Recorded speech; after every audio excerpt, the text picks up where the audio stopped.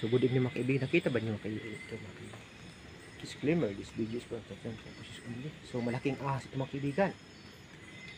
Muntik na tayo ah. Yan po siya oh.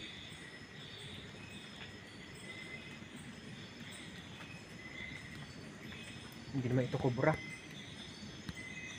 So kasi laki ng ating halos hinlalaki na malapit na sa hinlalaki sa paa. Nakita na ito tayo mga kaibigan. Yan po siya oh. Laki na mga kaibigan oh.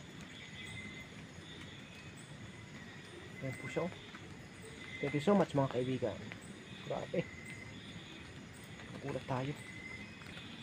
Ayan. So dito po siya mga kaibigan oh, nakatambay.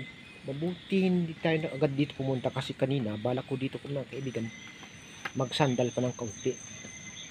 Gawa nang titingin-tingin ako dito sa kabila. Mabuti nakita ho natin agad.